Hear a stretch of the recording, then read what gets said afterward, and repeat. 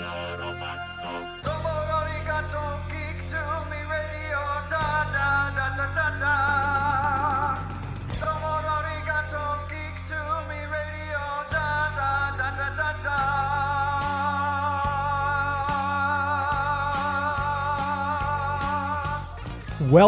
Welcome, St. Louis. Welcome, boys and girls. Welcome, geeks and nerds, to another edition of Geek to Me Radio. I am joined today in studio by Fox from Super Heroines Etc. We're going to be talking all things girly and geeky, so stay tuned. Allons-y!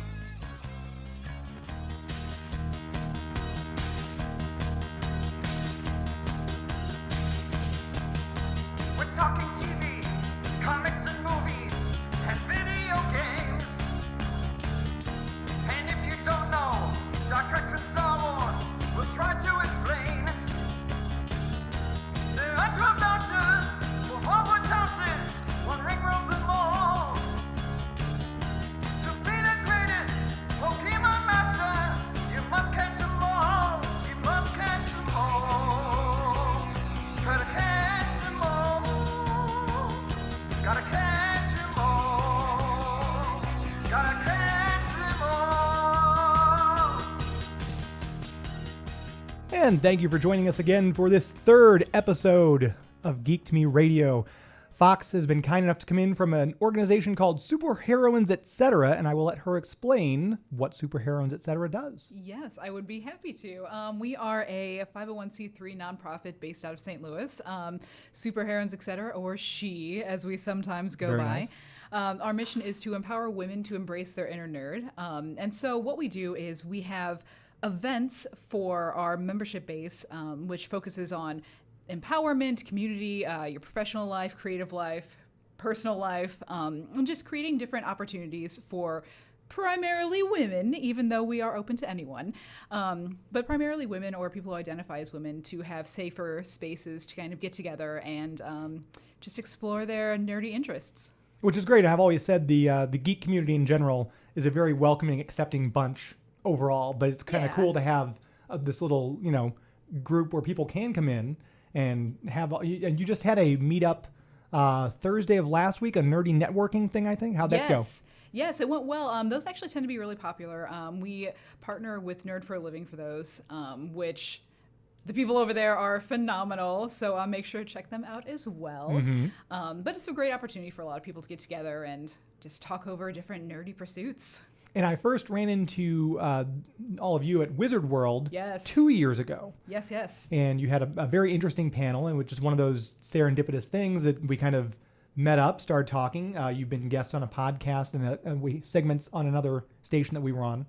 And it's been just kind of fun being able to talk and, get together and hang out and talk about all things geeky. You and I were just having a conversation about Batman a minute ago in the green room. Oh, God. My heart breaks.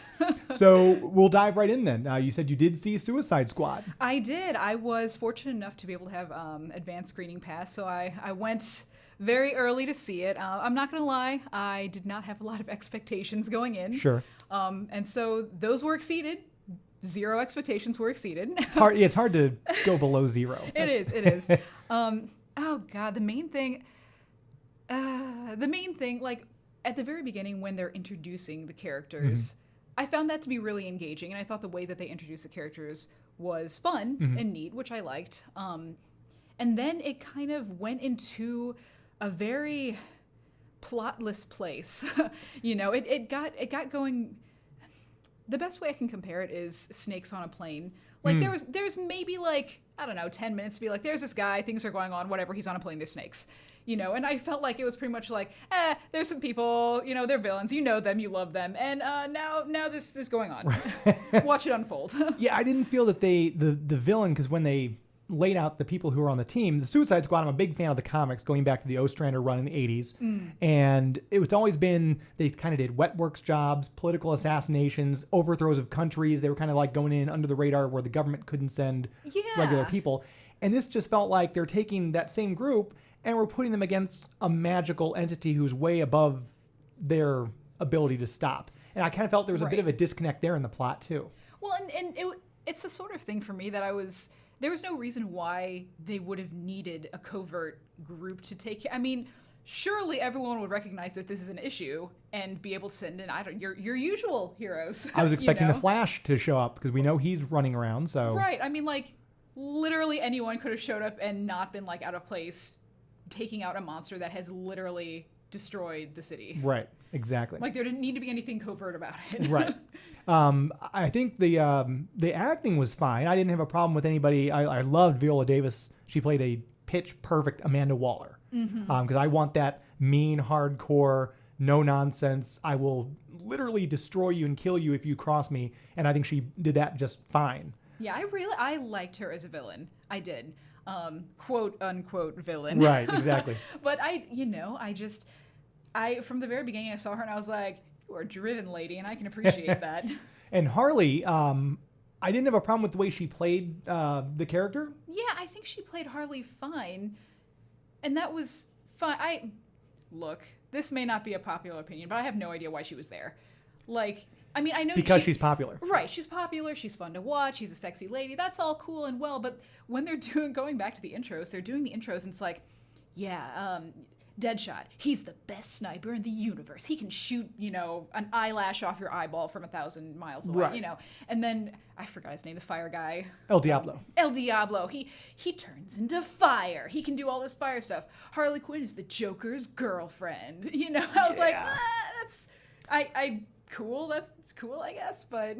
For the new 52 comics, the DC relaunched in 2012, Harley Quinn's been like a mainstay of the Suicide Squad. And I think it's just to put her out there to get her more because they know she's a popular character, which is why kind of like Deadpool and Marvel, they've got 8 different Deadpool books out right now because he's their most popular character. He's everywhere. Yeah, I think that's just a marketing thing. So yeah, I kind of felt like, do we really need her? I mean, she was great, but you and I were also discussing where Harlequin comes from, which was the Batman animated series. Yes, the 90s. And that's, to me, that's going to always be Harlequin. It is. One, and for anyone who didn't know, she was actually created in that process of the animated series. And I don't want to be that guy talking about, the good old days. Get off my lawn. Yeah, but get off my lawn, DC. Like, I loved the animated series. Like, it's just... everything about it was so good, and it had a darker element, and it dealt with really heavy topics for children, but at the same time, there were fun moments there, and it wasn't just like, this is gritty, this is real, my voice is down here, Right, yeah, Kevin Conroy really did a good job with, just like, it was amazing, like, the way that man was able to do just the voice, and Mark Hamill is the Joker, please, like, that is the only Joker I need in my life. So you also said you weren't a big fan of Jared Leto's Joker. Look, I like Jared Leto, I think he's fine, I have no personal beef with the guy, but, this was not my Joker, and, if you look at him as, the Joker has died, one of his minions was like, I'm gonna be the Joker now, if you separate him and make him like a different Joker, that's fine. But I did not like the aesthetic. I didn't like his deal. I didn't really get him. I felt like with Heath Ledger's Joker, I was like, I get you. Like, you're crazy and I wouldn't do what you're doing, but I totally get you. I can see why you're doing it. I can, you make sense. You're a whole package. But the Jared Leto Joker, I was like, what are you doing here? And he got very little screen time too, but he pretty much was this Jared, and I like that he was there to, I guess, elevate Harley's experience. Yeah, I think that's the main thing he was there for. Plus, they wanted Batman and Joker to kind of up the profile of the movie, I'm sure. Sure. But I didn't get it. I didn't need to see him there. I understand, like I said, he has to do something different than Heath Ledger's Joker. Right. And I kind of see what he was doing. I can respect, okay, he's playing it this way. It's more like almost like a gang boss kind of Joker. Sure.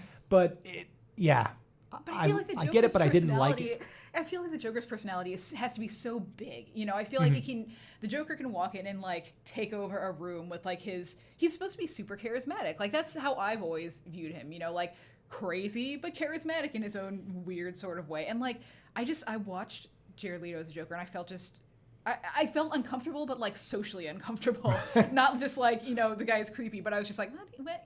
It's funny you mentioned that too, because fun fact, I read that Jared Leto actually, as he was getting up to the role, he would go and he would practice different laughs to see which one made the most people uncomfortable. Right. And that was the laugh he ended up going with, is the one that made the most people the most uncomfortable. So job well done there, because that was kind of a... well, like, it maybe utilize more of that. I felt like I don't even remember what his laugh sounded like. I feel like I mostly remember him sitting in the room just like kind of weirdly staring at this one guy and being like, yes, my girl Harley, you can have her for a night or whatever. And, That was and I an was like, awkward I do scene too, not yeah. understand what's going on here. We're going to come back. We're going to break. We'll be back with more from Super Heroines Etc. I want to remind you that the official comic book store of Geek to Me Radio is the Fantasy Shop. 4 locations around the St. Louis area. In St. Charles on Zimbel, South County on Baptist Church Road, in Florissant on Lindbergh, Maplewood, there on Manchester Road. The official comic book store of Geek to Me Radio. It's a comic buying experience. Go check them out. Check them out online too, fantasyshoponline.com. We'll be back with more, talking with Super Heroines Etc. on Geek to Me Radio.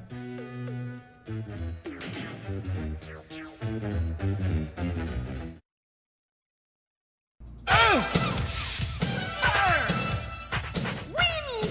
Water!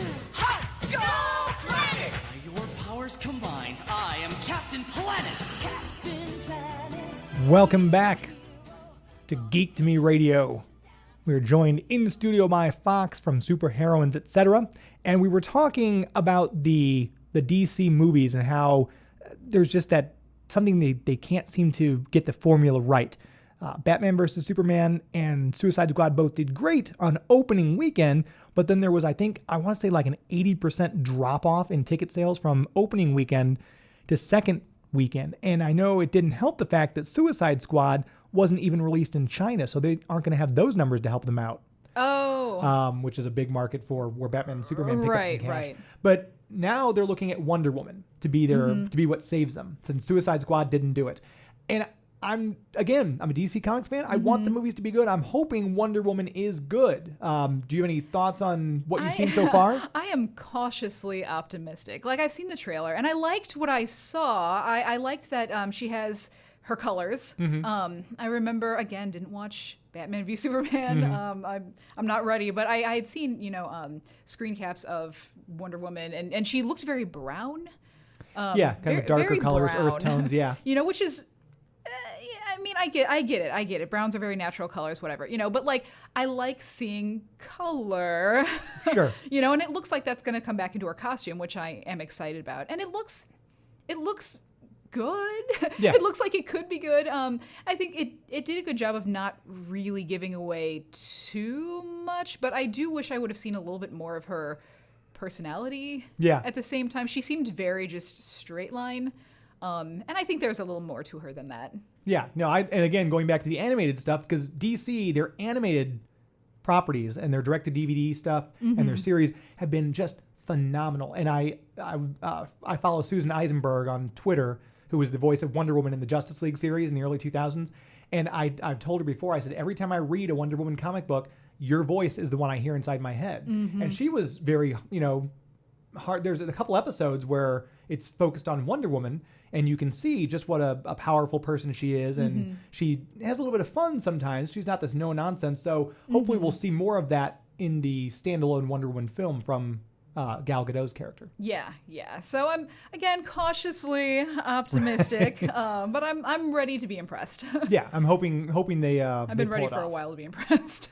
So what about, you said you did not see the new, we're just staying on the women's in film topic here. Yeah. You did not see the new Ghostbusters, you said. I did not. I've actually heard very interesting and pretty positive reviews from it so far, though, since it's been out. I recall whenever the trailer was first released, there were a lot of criticisms, and some of which was, kind of what you would expect. But there were some criticisms that I was like, I can kind of see that from the trailer.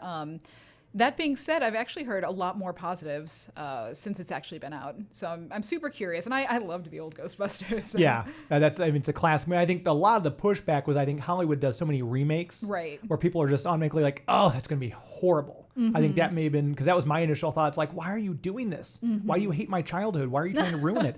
Right. But it was, I think, still the most fun movie I've seen all summer long. That's cool. And I loved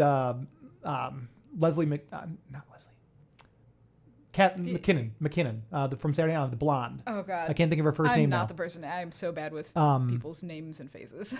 Kate McKinnon. There we go. Kate McKinnon. Yes. I think she and Leslie Jones, I think the two of them actually, I preferred them to Melissa McCarthy and Kristen Wiig's characters, who were obviously supposed to be the two main stars of the show. Yeah. But I think the interaction of the group, I really liked it. I thought it was a great movie, a lot of fun. By the way, if you're listening and you'd like to call in and throw in your opinion on any of this, I haven't given out the line numbers yet. I apologize.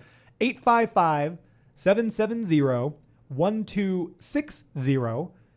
That'll be the number to call in if you'd like to weigh in. If you like the DC movies, if you like Ghostbusters, you didn't like it, give us a call. We're here all day for that's the next right. 30 minutes. That's right. 30 whole minutes. You have to call in right now and talk to us. Jessica Jones is a great series on Netflix. Marvel did. And I think you said you saw that or hadn't seen it yet? I'm so behind. I swear to God, I'm so behind on everything. It's atrocious. They have a season 2. Because last time we did the podcast, we talked about it. Yeah. And literally 2 days after we did the podcast, they announced a season 2. So obviously remember Marvel's that, listening yeah. to the podcast. I just want to point that out. So you're welcome. Exactly. Listeners. Exactly right. We're going to head to break. Before we do, I want to remind you, if you haven't had dinner plans yet, Hendel's Restaurant up in Florissant. They have spectacular food, and it's a nice night out tonight. You can eat out on their patio. It's fantastic atmosphere, great food. The raspberry pork. Ooh. Oh, That does sound very tasty. it's so good. Head up there, and if you want to check them out online, you can do reservations online. You can take a look at the menu. HendelsRestaurant.com up in Florissant. Give them a call. Check them out. Have dinner. Tell them Geek to Me Radio sent you. We'll be back with more right here on Geek to Me Radio.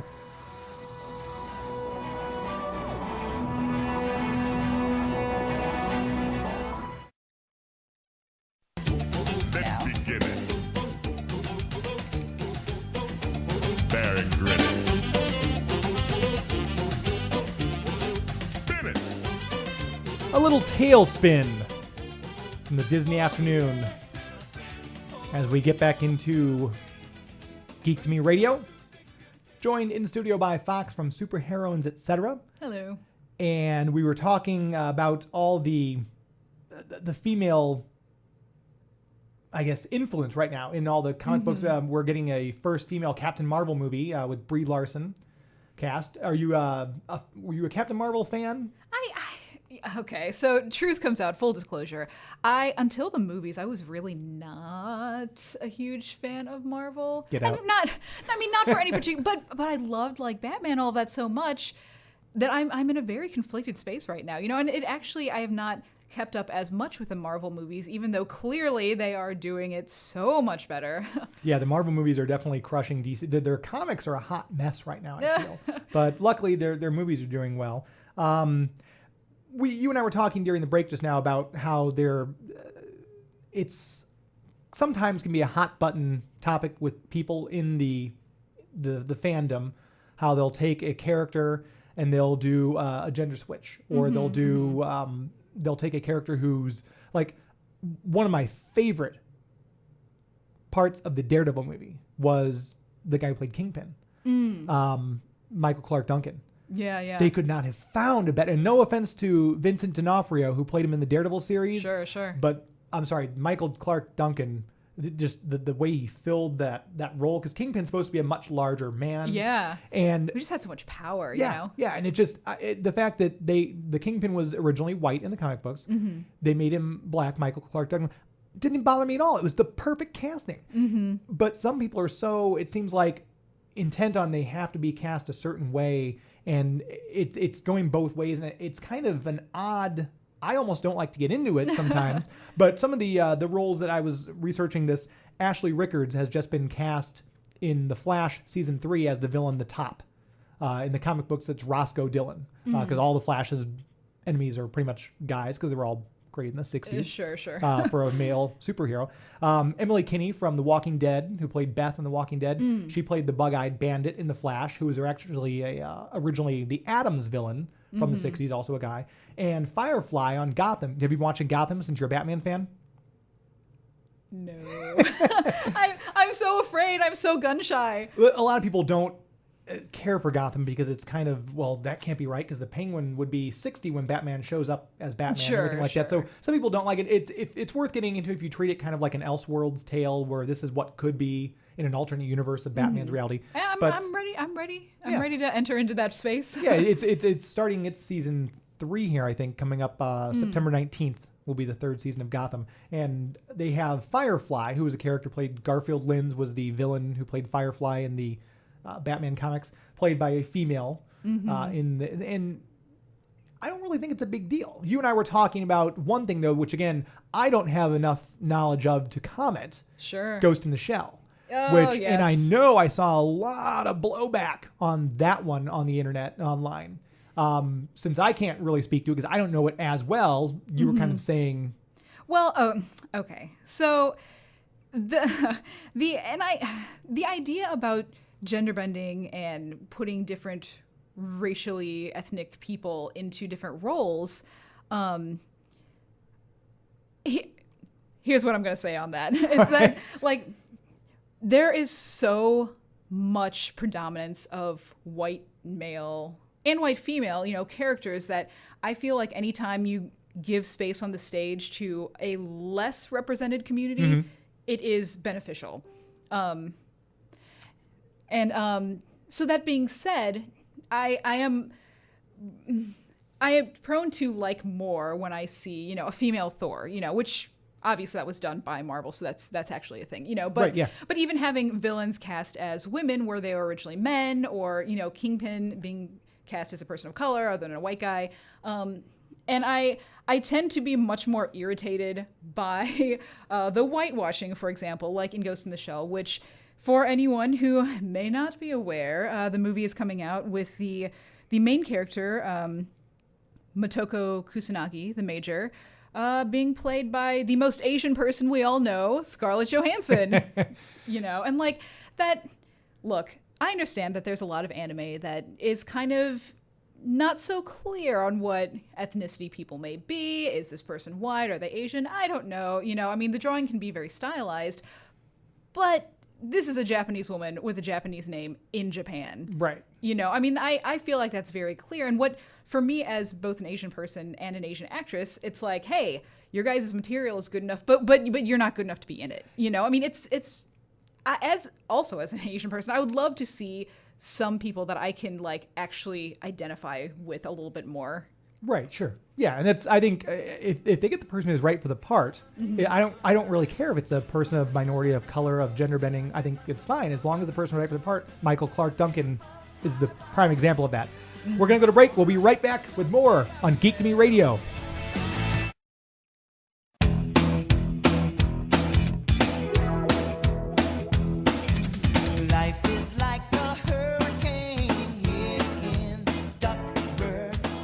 Welcome back to Geek to Me Radio.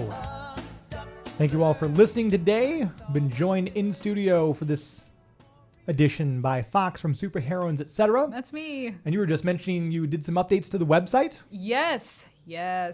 So our website, superheroinesetc.org, and that's etc with an ETC, not spelled out.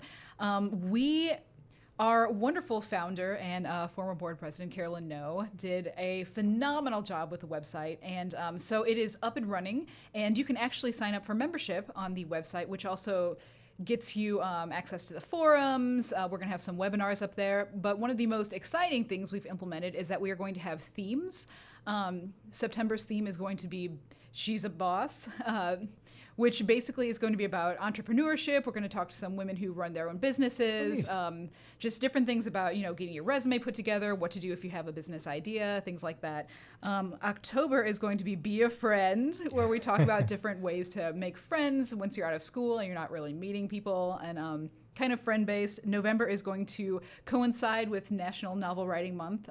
So it's going to be about writing a novel and some different ways to kind of stay on track, different tools and tips and things like that. So it's going to be really exciting. And we are going to try and have a few of our actual in-person events kind of mesh up a little bit with these things Nice. as well. So it should be really exciting. Very cool. And that's Super Heroines Etc. ETC. I don't think I could spell etc. if I had to. Superheroines We didn't want to do that. .org. Yes. So you can check them out online there. Sign for some of their stuff. Fantastic group.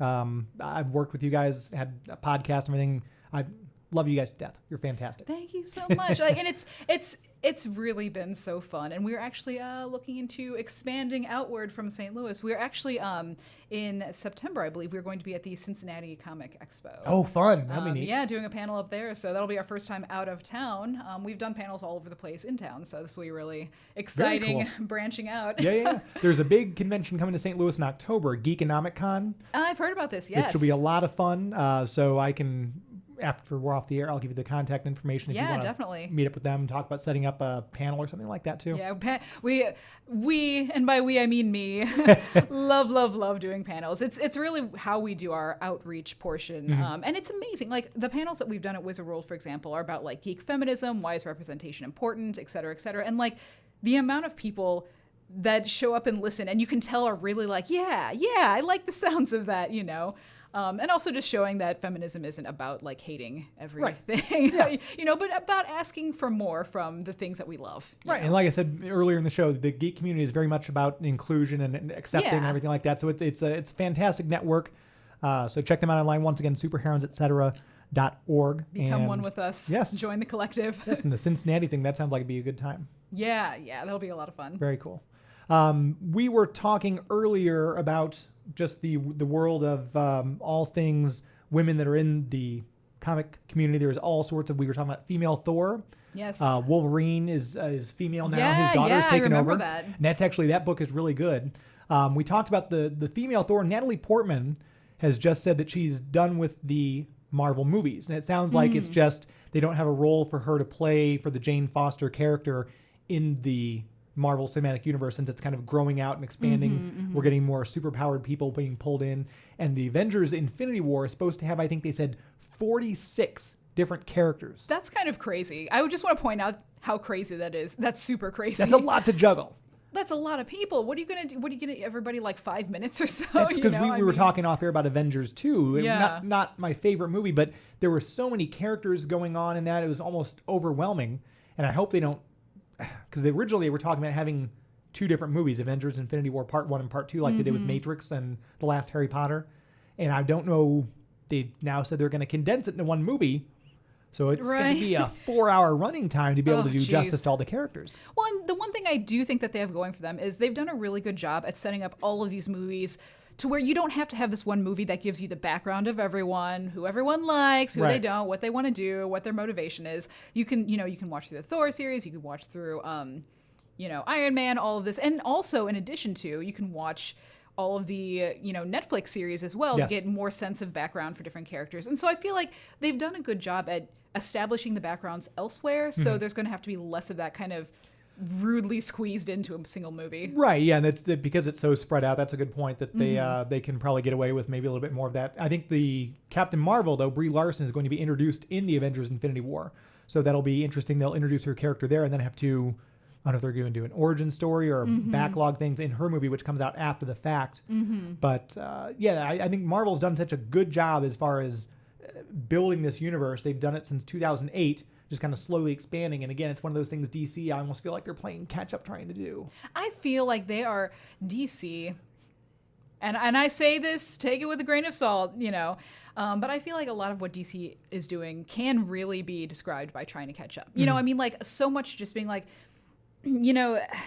just going back to Suicide Squad again, just the sense of I couldn't tell what kind of movie it was supposed to be, whether it was like fun and, kind of irreverent, or because the way it started was really about like, look at the horrors of what government is doing to these people who are prisoners. Look how wrong this is. Right. Look how wacky everybody, and I was like, whoa, like pick one or the other. Like if you want to go with how dirty the government is, let's explore that. That's cool. And that would have been a perfect movie for them. Yeah. Like I said, as we talked about, they do kind of government overthrows, wet works jobs, the dirty stuff they can't send in official government channels to do. But it had quite of a disconnect. And I don't. Well, and honest to God, I don't believe this will be a spoiler, but there's one part where a character says kind of later on, like, no, I'm not going to let you do anything to my family. And I was like, and I stopped in that moment. I'm like, who the hell are you talking about being your family? You don't like these people. None of you like each other. What is this all of a sudden? Yeah, kind of the quick bonding at the end. But again, that could have had something to do with the extensive reshoots that they did on that movie to kind of like, oh, we're going too dark. Let's lighten it up a little. So maybe that was why the disconnect. I don't know. It seemed like they were trying to be, all right, let's utilize a little bit of Deadpool for this segment. Let's throw in some funky music, and Guardians for of the this, Galaxy, and, yes. and Yeah. it's just like, man, just pick something and just like own it, right? And we're going to be back in the last segment, wrapping things up very quickly. But in the next 30 seconds, I want to make sure to remind you what a gorgeous day it is outside. You need to go downtown St. Charles along Main Street. They have all sorts of places to eat outside right now. They've got shops that are unlike anything else. It's just a nice place to go down, especially on a day like today. Hang out by the river. Take a picnic, for crying out loud. Go down there. Picnics enjoy, are great. Yeah, enjoy the park, the Frontier Park right there. There's always something to do. And you can plan your visit by going to historicstcharles.com to see more of that. We'll be back right after this on Geek to Me Radio.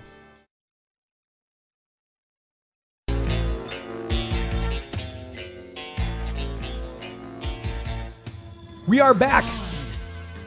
We're going to wrap it up here on Geek to Me Radio. I want to point out to you that the Fantasy Shop, one of our fine sponsors, the Fantasy Shop, the official comic book store of Geek to Me Radio, has a fall used gaming auction coming up.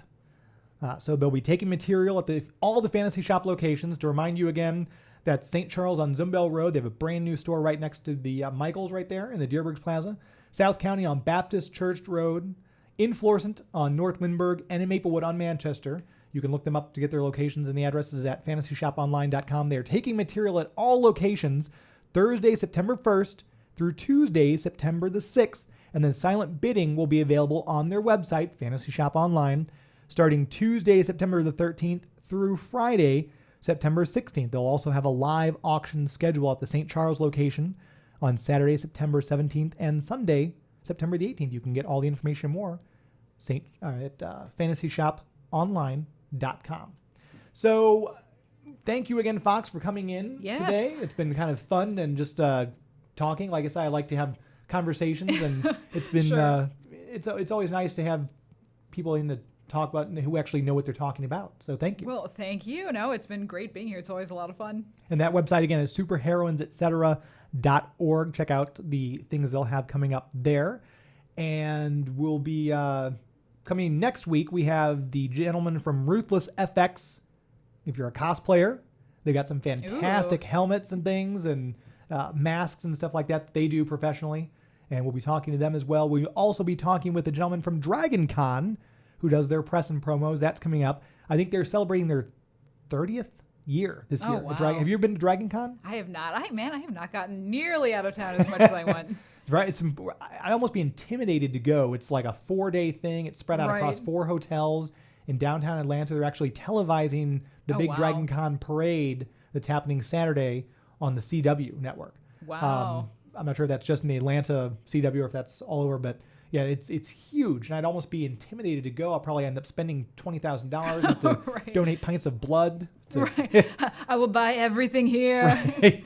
Yeah, it might not end well for me if I was to go, but it'd be exciting. That same weekend, of course, will be Geekonomic Con in Oklahoma City. The entire cast of the 1998 Doctor Who movie has been reunited, and they will be at that event. So we have the 7th and 8th Doctors, Sylvester McCoy and Paul McGann, respectively. Daphne Ashbrook, who played the companion Grace Holloway. They'll all be there. It looks like it'll be a really good time. And also from Agents of S.H.I.E.L.D., if you're a fan of Mockingbird, Adrian, I'm going to butcher her last name, Padalecki, I think. I'm not the person to check that with. This is why I don't do teaching, because I all the kids would get mad because I'd butcher their names. But anyway, she'll be there along with a huge ton of other guests. You can check them out at geekexpos.com for more information there. In wrapping up, I guess it's been a lot of diversity we've seen, especially from the Marvel side of things. I feel more than the DC, I guess. I would have to agree. But they've done a great job of their casting, and we're seeing Jessica Jones season 2. If you have not seen any of the Netflix original series, start with Daredevil, then do Jessica Jones, and then do Daredevil season 2, and then you'll be ready for Luke Cage, which hits on September 30th. Yes, very excited about that. That's going to do it for us. We'll be back next week with more Geek to Me Radio. Thanks for tuning in.